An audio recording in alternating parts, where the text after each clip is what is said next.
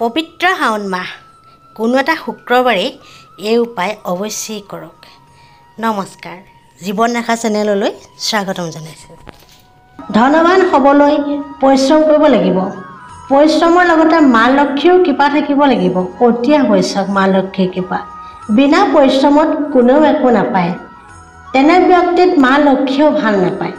যদি আপুনি চাকৰি কৰা নাই বা কোনো ব্যৱসায় কৰা নাই, আপোনাৰ হাতলৈ ধন অহাৰ কোনো ৰাস্তাই নাই, তেন্তে ধননো ক'ৰ পৰা আহিব? ক'ৰ পৰা? গতিকে কিবা নহয় কিবা এটা পৰিশ্ৰম কৰিবই লাগিব। আপুনি হাতলৈ ধন আহিব, কিন্তু ধনী হ'বলৈ আকৌ মা লক্ষ্মীৰ কৃপা লাগিব। ধন সকলোৱে অৰ্জন কৰে, কিন্তু মা লক্ষ্মীৰ কৃপা নাথাকিলে যেনেকৈ ধন আহিব লাগে তেনেকৈ ধন হাতত নপৰে। সেয়েহে মা লক্ষ্মীৰ কৃপা পাবলৈ মা লক্ষ্মীক আৰাধনা পূজা কৰিব, মন্ত্ৰ জপ কৰিব লাগিব। এনে বহুতো লোক আছে, ব্যক্তি আছে, সৰু চাকৰি এটা কৰিয়ে বা সৰু বেপাৰ বাণিজ্য কৰিয়ে তেওঁৰ পৰিয়ালক বহুত সুখত ৰাখে। কোনো অভাৱ নোহোৱাকৈ তেওঁ নিজৰ পৰিয়ালক বহুত সুখত ৰাখে। উন্নতিৰ পথত আগুৱাই গৈ থাকে, তেওঁলোকৰ কোনো অভাৱ নাথাকে। কিন্তু এনে ব্যক্তিও আছে, বহুত ডাঙৰ চাকৰি কৰিও ডাঙৰকৈ ব্যৱসায় কৰে, পৰিশ্ৰম কৰে, বহুত ডাঙৰ বিজনেছ কৰে, তথাপিও তেওঁৰ জীৱন সদায় অশান্তিত ভুগি থাকে। পৰিয়ালক সুখ দিব নোৱাৰে।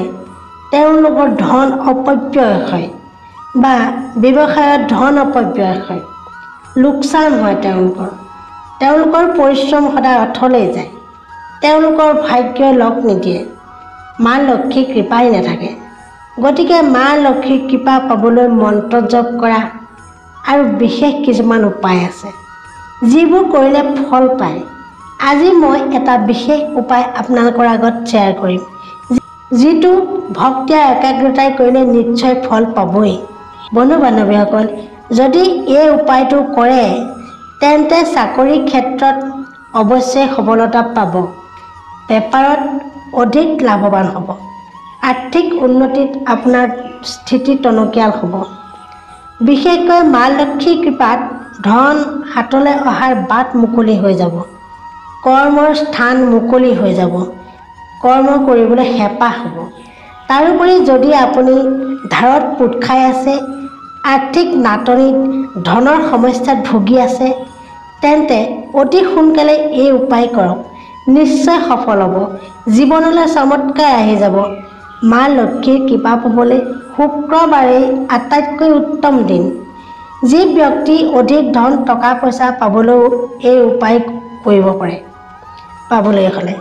লগতে শুক্ৰ গ্ৰহ শক্তিশালী হৈ যায়। শুক্ৰবাৰৰ দিনা ব্ৰত কৰিলে ভাল, কিন্তু ব্ৰত কৰকেই বা নকৰক, শুক্ৰবাৰৰ দিনা ঈশান কোণত এটা শুদ্ধ ঘিৰ চাকি জ্বলাব লাগে। মা লক্ষ্মীৰ পূজা কৰি আৰতি কৰিব লাগে, মাৰ মন্ত্ৰ জপ কৰিব লাগে। মা লক্ষ্মীক ধ্যান কৰি মন্ত্ৰ জপ কৰিলে বহুত লাভদায়ক ফল পায়। যিকোনো শুক্ৰবাৰে কৰিব পাৰে। গোলাপী বস্ত্ৰ ধাৰণ কৰিলে অতি শুভ হয়। যদি গোলাপী ৰং নাই, অন্য ৰং পিন্ধিলেও হ'ব, ৰঙা, হালধীয়া, সেউজীয়া ইত্যাদি। কিন্তু ক'লা বা নীলা ৰং শুক্ৰবাৰৰ দিনা পিন্ধিব নালাগে, কেতিয়াও নিপিন্ধিব, ভুলতেও নিপিন্ধিব। শুক্ৰবাৰ শুক্ৰ দেৱতাৰ দিন হয়। জন্মকুণ্ডলীত যদি শুক্ৰৰ স্থিতিত শুভ স্থানত থাকে, তেন্তে এই উপায় কৰিলে হাতলৈ প্ৰচুৰ ধন আহে, লগতে প্ৰেম আৰু সৌন্দৰ্যও প্ৰাপ্ত হয়। শুক্ৰদেৱৰ সৌন্দৰ্য বৃদ্ধি কৰে। শুক্ৰ গ্ৰহ শক্তিশালী ৰূপত থাকিব লাগে। যদি শক্তিশালী স্থিতিত নাই, তেন্তে এই উপায় নিশ্চয় কৰকেই। মা লক্ষ্মীৰ কৃপাত লগতে শুক্ৰদেৱৰো কৃপা পাব। গতিকে শিৱলিংগত পূজা কৰিব লাগিব। আপুনি আকৌ নিশ্চয় ভাবিছে যে মা লক্ষ্মীৰ কথা কৈছে, মা লক্ষ্মীৰ পূজাৰ কথা কৈ আকৌ শিৱলিংগ ক'ৰ পৰা আহিল পূজা কৰে। কিন্তু বন্ধু বান্ধৱীসকল, ভগৱান শিৱক সকলো দেৱ দেৱতাই পূজা কৰে, আৰু শিৱলিংগত কৰা পূজা অতি শীঘ্ৰে ফল পায়। শিৱলিংগত কৰা পূজা খুব ভাল। আজি ভগৱান শিৱলিংগত পূজা কৰা উচিত। শুক্ৰবাৰৰ দিনা শিৱলিংগত এনে এবিধ ৰস অৰ্পণ কৰিব লাগে যিটো মা লক্ষ্মীৰ বহুত প্ৰিয়। মা লক্ষ্মীৰ কৃপা পাবলৈ হ'লে ভগৱান শিৱলিংগত পূজা কৰি ভগৱান মহাদেৱক পূজা কৰি শিৱলিংগত ডালিমৰ ৰস অৰ্পণ কৰিব লাগে। বেছি নালাগে, এচামুচমান হ'লেও বহুত।